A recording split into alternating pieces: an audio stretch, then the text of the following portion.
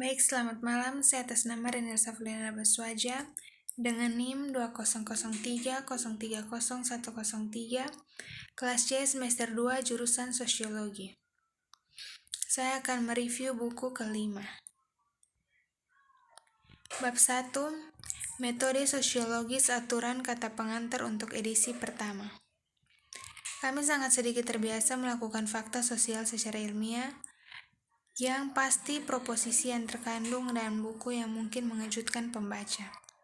Namun jika suatu ilmu masyarakat ada, orang yang tidak pasti menghadapkannya terdiri dari hanya prafase dari pemasangan tradisional. Seharusnya itu membuat kita mencari hal-hal yang dengan cara yang berbeda dari manusia biasa. Untuk tujuan apapun, sains membuat penemuan, dan semua penemuan semacam itu sedikit banyak mengecewakan opini yang diterima.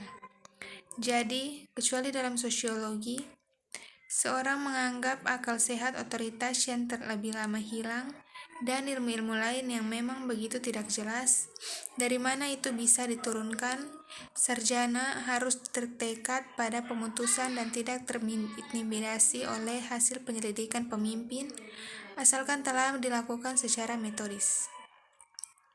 Pikirannya harus selalu begitu sadar bahwa cara berpikir yang paling dikenalnya merugikan pikiran yang setelah begitu sadar dan daripada yang menguntungkan. Untuk studi ilmiah tentang fenomena sosial ENA, sehingga dia harus waspada terhadap kesan pertama Sions. Jika dia menyerah pada hal ini tanpa perlawanan, dia mungkin akan menghakimi kita pekerja tanpa memahami kami. Bab 2, Kata Pengantar untuk edisi kedua. Ketika buku ini pertama kali muncul, hal itu menimbulkan konvensi yang cukup hidup, ide-ide yang pada sendi dan lepas, yang pada dari awal menawarkan perlawanan yang begitu. Padahal kami sudah berulang kali menyatakan kesadaran itu, baik individu dan sosial yang menandakan bagian kami untuk bersubsidi, tetapi hanya sebuah koneksi karena sebuah fenomena sui berderis, kurang lebih sistematif, kami dituduh realisme pada pemikiran ontologis.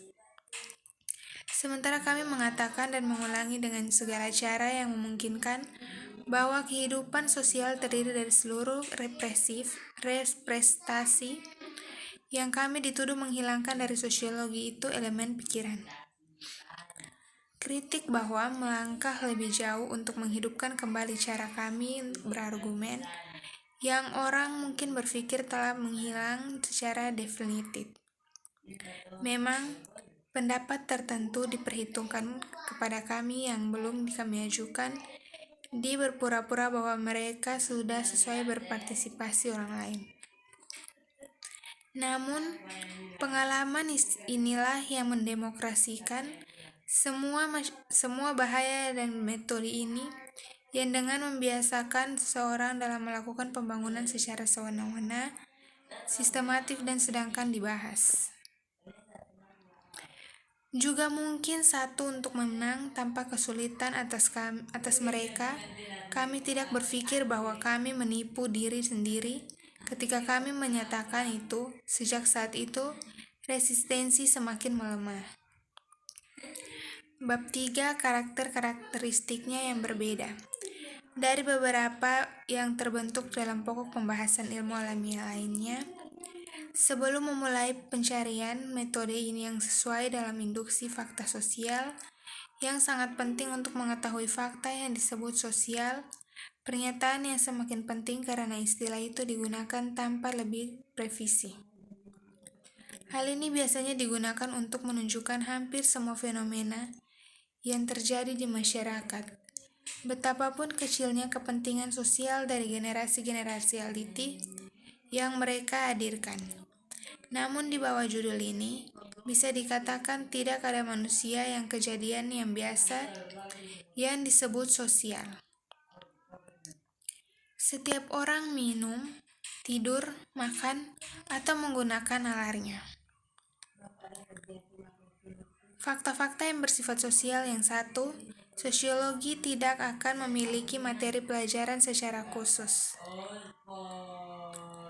dan miliknya domain dan bingung dengan biologi dan psikologi. Namun, yang kenyataannya ada di setiap masyarakat kelompok yang ditemukan dengan jelas fenomena yang tidak dapat dipisahkan. Ketika saya menjalankan tugas saya sebagai saudara, suami atau warga negara dan membawa keluar dari komitmen yang telah saya buat, saya memenuhi kewajiban yang ada didefinisikan dalam hukum dan adat istiadat yang berada di luar diri saya dan saya tindakan.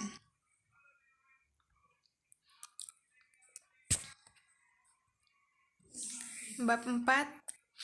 Aturan untuk pengamatan fakta sosial. Pada saat fenomena Orde Baru menyatakan objek ilmu mereka yang sudah terwakilkan dalam pikiran, tidak hanya melalui akal presesi, tetapi juga oleh beberapa jenis konsep yang terbentuk secara kasar. Sebelum dasar-dasar pertemanan fisika dan kimia telah diakui, manusia sudah memiliki pengertian tentang fenomena fisika dan kimia yang terjadi melampaui persepsi murni saja. Seperti itu misalnya, yang bisa ditemukan bercampur dengan semua agama.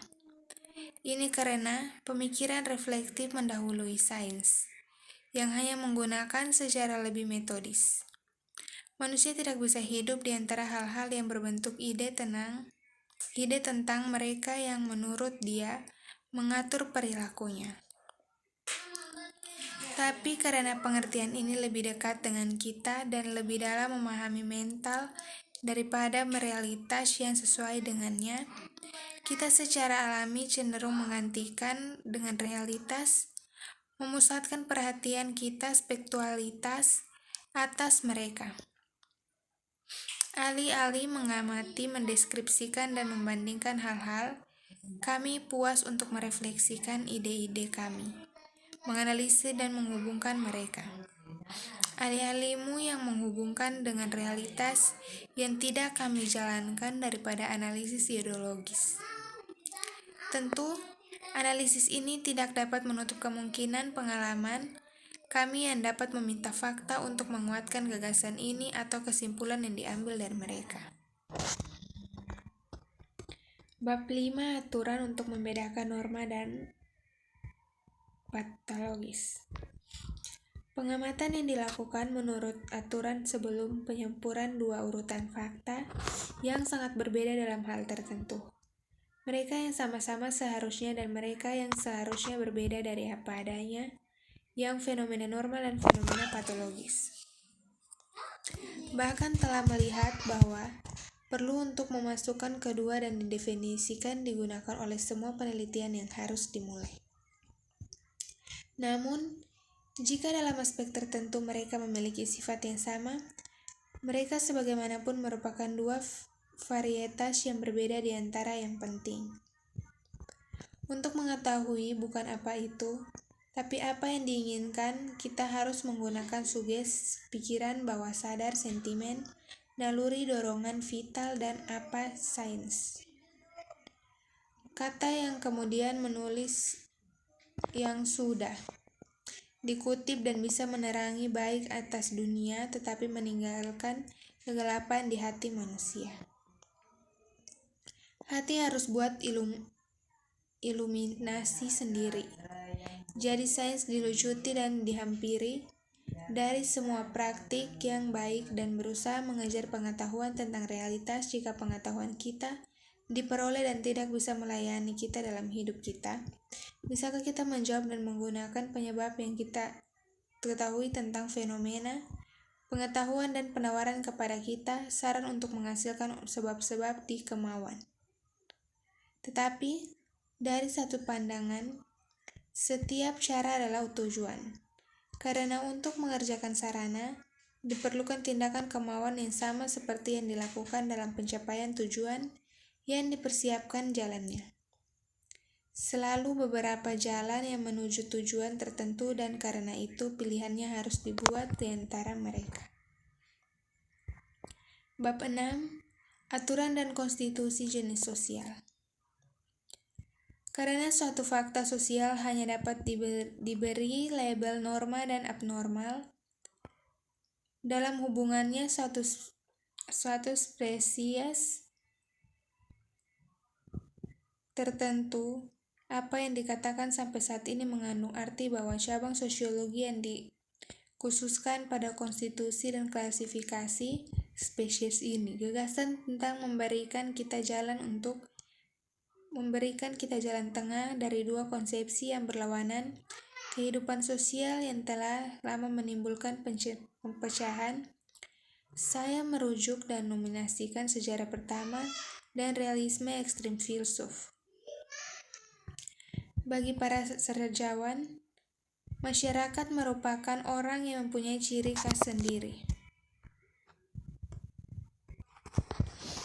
Konstitusi, khususnya hukuman moralitasnya dan organisasi ekonomi, hanya sesuai untuk diri sendiri dan setiap generatif khusus yang disebut suku, kota, bangsa, dan hanyalah kelompok kontingen dan sementara tanpa realitas individu.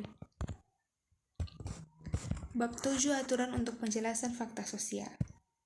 Konstitusi spesies terutama dalam merupakan sarana yang mengkelompokkan fakta-fakta untuk fasilitas interpretasi mereka. Tetapi, morfologi sosial hanyalah salah satu langkah yang menuju bagian perhitungan fenomena. Begitu mereka dalam mewujudkan kemampuan dalam tujuan yang mereka layani dan peran yang mereka mainkan. Mereka alasan seolah-olah fenomena yang ada hanya untuk peran dan layanan tempat biasa yang dipanggil dalam memberikan. Inilah sebabnya mengapa dianggap bahwa semua yang diperlukan telah dikatakan dalam membuat dan dapat dipahami jika layanan telah menghubungkan semua dorongan akan kembali kemajuan spesies manusia. Dengan dasar ini terdeteksi yang secara langsung mendorong manusia untuk terus memperbaiki kondisinya dalam segala hal. Yang pertama, sedangkan Spitzer menghubungkannya dengan kebutuhan akanes. Bab 8. Aturan yang didemonstrasikan bukti sosiologi. Mereka hanyalah memiliki salah satu cara dalam menunjukkan bahwa satu fenomena adalah perpanjangan dari yang lain. Ini yang membandingkan kasus di mana keduanya secara kombinasi keadaan yang berbeda dalam memberikan bukti. Salah satu yang tergantung pada lainnya adalah eksperimen layar. Di sisi lain, ketika produksi fakta adalah suatu yang melampaui kekurangan kita untuk memeriksa. Di sisi lain, ketika produksi fakta salah satu yang melampaui kekurangan kita untuk memerintah, dan kita hanyalah bisa menyatukan mereka sebagai produksi secara komparatif. Bahwa suatu fenomena harus digabungkan dengan penyebab dan sebaliknya, penyebab dari akibat yang berguna. Memang benar begitu, Comte tidak mengganggunya dalam memandai. Dia berasa perlu dalam Louis sebutkan dan apa yang disebut dalam sejarah, tetapi alasannya tetap pada konsep yang khususnya tentang hukum sosiologis. Sekian hasil presentasi dari saya, selamat malam.